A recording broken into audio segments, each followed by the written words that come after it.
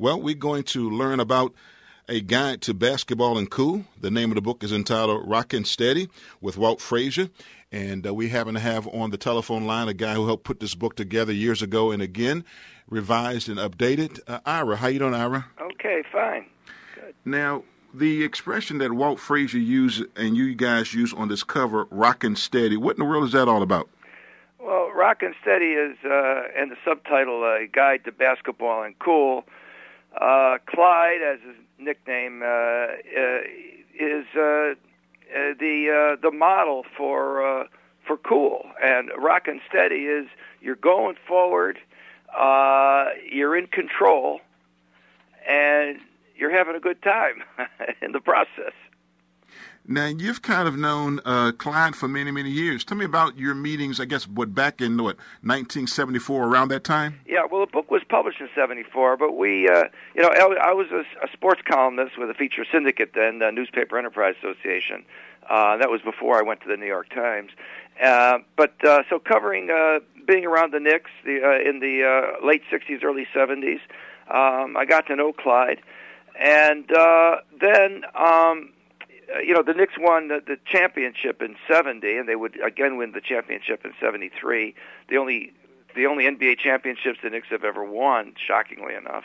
But and Frazier was the point guard and the team leader with handling the ball. And a publisher asked me to write an instructional book with him, and.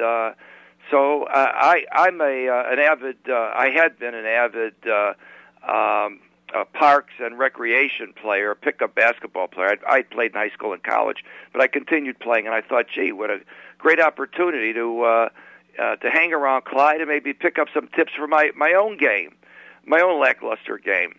And but going around with Clyde, I realized that there was a lot more to Walt Frazier than just a basketball instructional book. And so with all his fashion and all the other stuff, his lifestyle and his perceptions. I mean, he's a deep thinker, and he's really a smart guy. And so we put the book together. There is instructional in it, but there's also biography, lifestyle.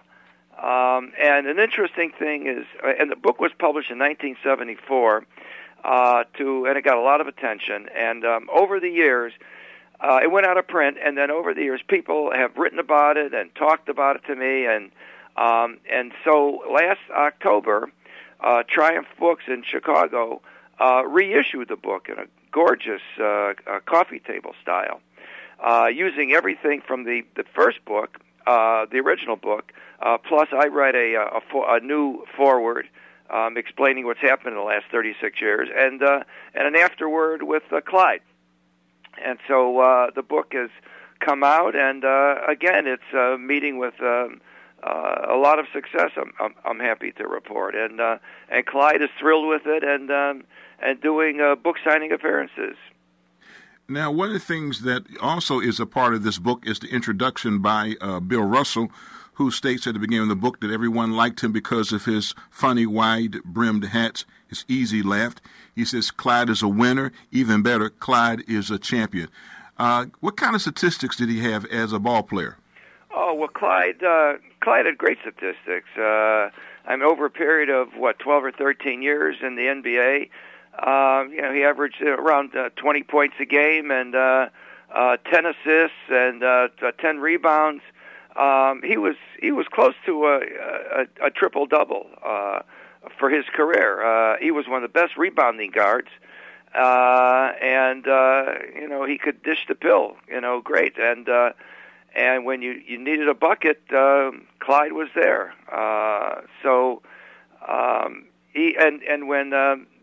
When they chose after 1996, I think it was the 50th anniversary of the NBA.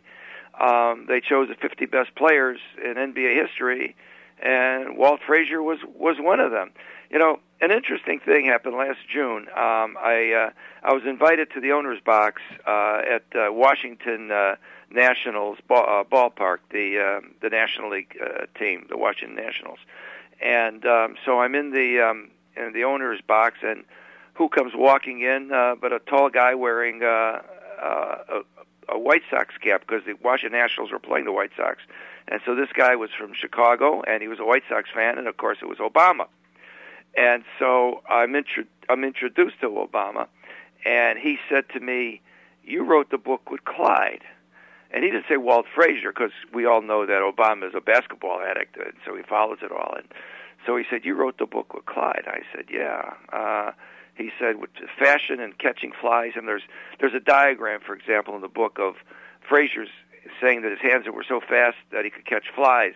And so we have a diagram of catching a fly in midair and catching a fly when it's in a sitting position, which is it's kind of funny. But Obama said, "So you wrote the book with the fashion and catching flies?" I said, "Well, yeah, it published quite a while ago." He said, "I know. I bought it when I was 12 years old."